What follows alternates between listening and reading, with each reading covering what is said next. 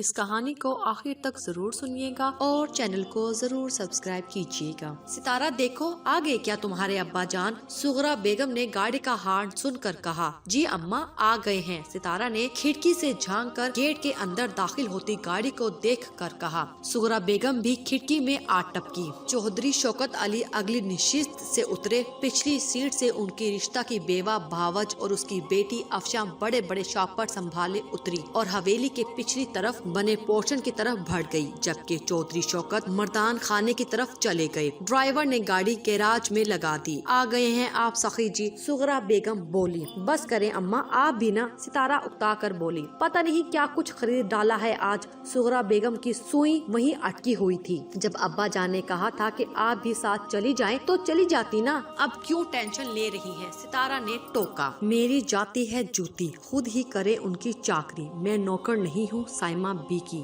جو گرمی میں ان کی بیٹی کی خریداری کے لیے لور لور پھرتی رہوں۔ سغرا بیگم نے دل کی بھڑاس نکالی۔ اماں جب ابا نے کہہ دیا کہ شادی کا سارا خرچ وہ اٹھائیں گے تو آپ کیوں جان ہلکان کرتی ہیں اپنی؟ ستارہ سے چھوٹی چندا نے بھی ماں کو سمجھایا۔ ہاں حاتم تائی ہے نا، یہ شہنشاہ کی اولاد ہیں، کیا پرواہ خرچے کی۔ میں تو کہتی ہوں خرچ اٹھائیں، 100 بار اٹھائیں، مگر انہیں ان کی حد میں رکھتے ہوئے خرچہ کریں۔ مگر نہ بھائی نہ، مگر یہ تو پیسہ پانی کی طرح بہا رہے ہیں۔ ارے تھوڑا بہت جہیز بنا کر خاموشی سے 4 بندے بلوا کر نکاح پڑوا دیتے ہیں، مگر انہوں نے تو بس میرا دل ہی جلانا ہے اور کیا۔ سائمہ بھی سغرا بیگم کی رشتے میں جٹھانی ہوتی تھی، شوکت کے تایا مرحوم کی بہو تھی وہ۔ کرنا خدا کا یہ ہوا شوکت کے تایا اور سائمہ بی کے شوہر دونوں باپ بیٹا اکٹھے ہی ایک حادثے میں اس دنیا سے رخصت ہو گئی۔ ان کے شوہر اپنے ماں باپ کی اکلوتی اولاد تھے، لہٰذا بیوہ بھاوج کو 3 بیٹیوں کے ساتھ دوسرے شہر اکیلا چھوڑنے پر شوکت صاحب راضی نہ ہوئے اور انہیں اپنی بڑی ساری حویلی میں پچھلی طرف پر بنے 2 چھوٹے کمروں کو تھوڑا بہت درست کر کے کچن باتھ روم وغیرہ بنا کر الگ پورشن کی شکل دے کر وہاں ہی ٹھہرنے پر مجبور کر دیا۔ سائمہ بی نے بھی دنیا کے رنگ ڈھنگ دیکھ رکھے تھے، سو اسی کو غنیمت جان کر اپنی 3 بیٹیوں کو لے کر اس کونے میں دبک گئی تاکہ اپنی بچیوں کو دنیا کی گندی نظروں سے بچا سکے۔ مگر یہاں ان کی عزت نفس کو تار تار کرنے کو سغرا بیگم موجود تھی، حالانکہ وہ الگ پورشن میں رہ رہی تھی اور شوکت صاحب پر کوئی ایسا بوجھ بھی نہ تھا کہ ان کے اپنے مکان کا جو دوسرے شہر میں تھا کرایہ بھی آتا تھا۔ کچھ وہ اپنی بیٹیوں کو ساتھ لگا کر سلائی کڑھائی کا کام بھی کر لیتی تھی۔ اب ان کی بڑی بیٹی کی شادی کا مسئلہ درپیش تھا۔ رشتہ بھی شوکت صاحب نے خود دیکھ بھال کر کروایا تھا اور اسے اپنی بیٹیوں کی طرح ہی رخصت کرنا چاہ رہے تھے، اور سغرا بیگم کو یہ بات بڑی چبھ رہی تھی۔ امی باہر ارشاد آئی ہیں، بیمار ہیں، کہہ رہی ہے کچھ پیسوں کی ضرورت ہے، چندا نے اماں کو بتایا۔ بٹھایا کدھر ہے اسے؟ سغرا بیگم نے رونت سے کہا۔ باہر لاؤنج میں بیٹھی ہے، اے سی کی کولنگ تو بڑھا دے۔ سغرا بیگم نے چندا سے کہتے ہوئے کروٹ بدل لی۔ امی پہلے اسے تو فارغ کر دیں، آپ تو دوبارہ سے سونے کی تیاری کر رہی ہیں۔ چندا نے اماں کو یاد دہانی کروائی۔ اچھا کر دیتی ہوں فارغ، تو زیادہ دھیان نہ دے، ابھی تھوڑی دیر تک باہر نکلوں گی تو سن لوں گی اس کی فریاد، سغرا بیگم نے لاپرواہی سے کہا۔ تقریباً گھنٹے بعد ہلکا سا دروازہ بجا کر اجازت ملنے پر سندر اندر داخل ہوئی۔ چودرانی جی، وہ ارشاد کو بہت تیز بخار ہے، کافی دیر سے بیٹھی ہے، اگر کچھ مدد ہو جائے تو۔ سندر نے بڑا ڈرتے ڈرتے جھجک کر کہا۔ لو جسے دیکھو اس کا سفارشی بن کر آ رہا ہے، میرا تو 2 گھڑی آرام کرنا مشکل کر دیا، سغرا بیگم غرا کر بولی۔ پھر کچھ یاد کر کے کہا، اسے حویلی کی دوسری طرف لے جا، وہاں زینب اور ہاجرہ گندم کو دھوپ لگوانے کا کام کر رہی ہیں، کچھ ان کی مدد کروا دے، پھر کرتی ہوں کچھ۔ چودرانی جی، اس کو تو بخار بڑا تیز۔ سندر نے حیران ہو کر کہا، تو پھر بخار ہی ہے، کون سا ہاتھ پاؤں ٹوٹے ہیں جو تھوڑا سا کام نہیں کر سکتی؟ تجھے جو کہا ہے وہ کر، جسے دیکھو مجھے نصیحت کرنے میں لگا ہوا ہے۔ سغرا نے بڑبڑاتے ہوئے سر دوبارہ تکیے پر رکھا۔ سندر مجبور ہو کر ارشاد کو حویلی کی دوسری طرف لے گئی۔ تو بس یہاں بیٹھ جا ایک طرف سائے میں، ہم تیرے حصے کا کام خود کر لیں گے، پھر دوبارہ میں جاتی ہوں چودرانی کے پاس۔ سندر نے ہمدردی سے کہا۔ خدا خدا کر کے 2-3 گھنٹے کے بعد سغرا بیگم نے ارشاد کو 500 روپے بھجوا دیے۔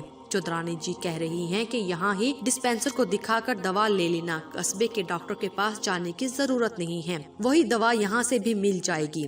कस्बे वाला डॉक्टर तो ज्यादा पैसे लेगा, ये ना हो कल और मांगने आ जाओ। सुंदर ने 500 रुपए के साथ सुगरा बेगम का पैगाम भी इरशाद को दे दिया। चौधरी शौकत बड़े खुशगवार मूड में अपनी बीवी बच्चों के साथ बैठे मीठे आमों से लुत्फ उठा रहे थे, जो कि उनके अपने बाग के थे। वो छोटे मोटे चौधरी ना थे, फलों के काफी बागात थे उनके। गैर मुल्की मंडियों में भी काफी मांग थी उनके फलों की। आदमी दयालु थे, दिल खोल कर बीवी बच्चों के साथ साथ गरीबों पर भी खर्च करते और उतना ही उनके रिस्क में इजाफा होता। मगर उनकी बेगम सुगरा की आदत बिल्कुल उनके उलट थी। अक्सर इसी आदत की वजह से उसकी और चौधरी साहब की झड़प हो जाती थी।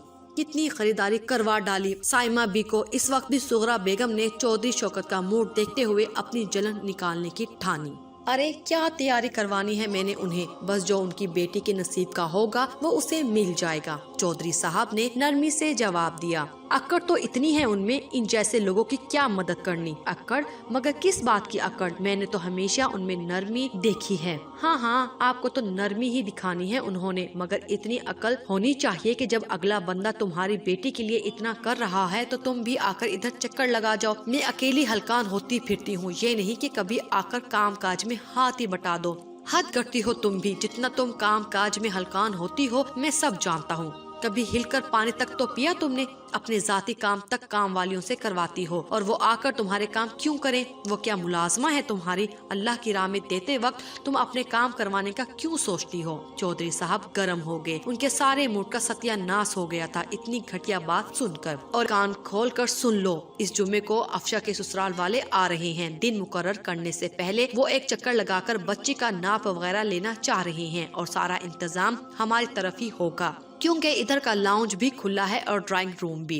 इंतजाम सारा मैं खुद देख लूंगा, बस तुम जरा अपना मुंह बंद रखना, कुछ बदमजगी ना हो। चौधरी साहब कड़े लहजे में कहते हुए मर्दान खाने चले गए। सुगरा बेगम ने सारा गुस्सा अपनी बच्चियों के सामने जल कुड़कर निकाला। अम्मी, आप अपनी आदतों को बदलें, अल्लाह ने भी सिला रहमी का हुक्म दिया है। सितारा ने, जो मैट्रिक की स्टूडेंट थी, माँ को समझाया। बस करो तुम, एक मैं ही बेवकूफ हूँ, बाकी तुम सारे तो बहुत अक्लमंद हो जैसे। सुगरा बेगम चलती भूनती कमरे से बाहर निकली। मेहमान आए, खासे पढ़े लिखे सुलझे हुए लोग थे। लड़के के वालिद, वालदा, 2 बहनें और ताई अम्मी को मिलाकर कुल 10 अफराद थे। चौधरी साहब ने खाना बाहर से ऑर्डर किया था। मेहमानों की अच्छी खासी खातिर तवाजा की गई, मगर न जाने क्या हुआ कि उन्होंने जाते हुए नाप लेने का कोई तज़किरा ना किया और खामोशी से नाप लिए बगैर ही रुखसत हो गए।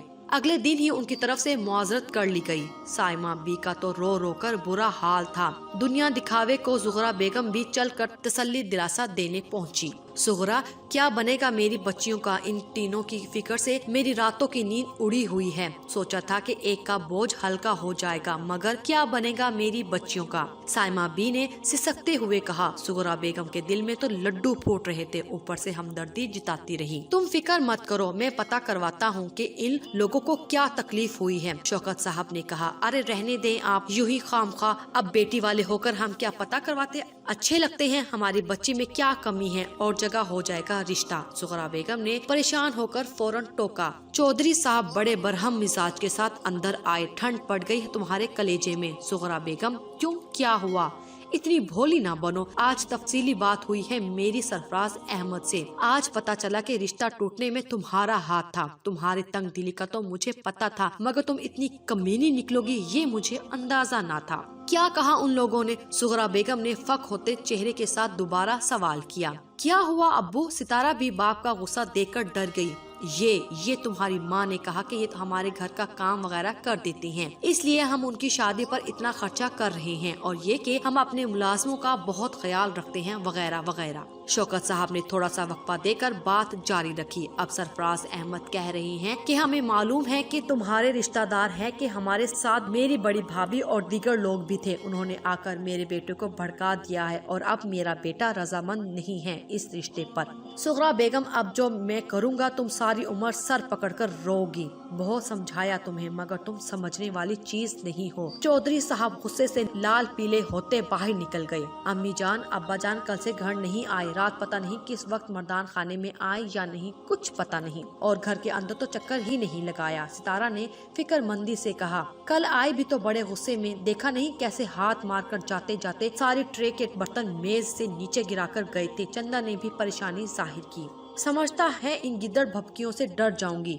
सुगरा बेगम ने मजे से कटे हुए आड़ुओं पर नमक छिड़कते हुए कहा, अब आया तो मैंने मुंह ही नहीं लगाना। उन्होंने मजे से आड़ू का टुकड़ा उठाकर मुंह में डाला। लो तुम भी खा लो, हर वक्त की टेंशन न लिया करो। उन्होंने प्लेट बच्चियों की तरफ बढ़ा दी। नहीं, दिल नहीं चाह रहा। दोनों ने सहूलत से इनकार कर दिया। दफा हो तुम दोनों, तुमने तो परेशान हो होकर मुझे भी बीमार कर देना है। क्या हुआ जो रिश्ता टूट गया? नवाबजादी का इतना अच्छा रिश्ता हो जाता। इस काबिल हैं ये लोग, रहना झोंपड़ियों में, ख्वाब महलों के। वाह सुगरा बेगम वाह, शौकत साहब ने अंदर दाखिल होकर कहा। साथ साइमा भी थी, हल्की सी लिपस्टिक लगाए हुए। तुम्हारी इसी सोच की वजह से मैंने आज साइमा बी से निकाह कर लिया है। अब ये हमारे ऊपर पोर्शन में रहा करेंगी, अपनी बच्चियों समेत। अब हमारी बच्चियों की शादी में रोड़ा तो अटका कर देखना। आपा, मैंने अपनी बच्चों की वजह से मजबूर होकर उनसे निकाह कर लिया है। मैं अकेली कहाँ उनके रिश्ते देखती फिरूंगी। साइमा बी और चौधरी शौकत जीना तय करके ऊपर चले गए।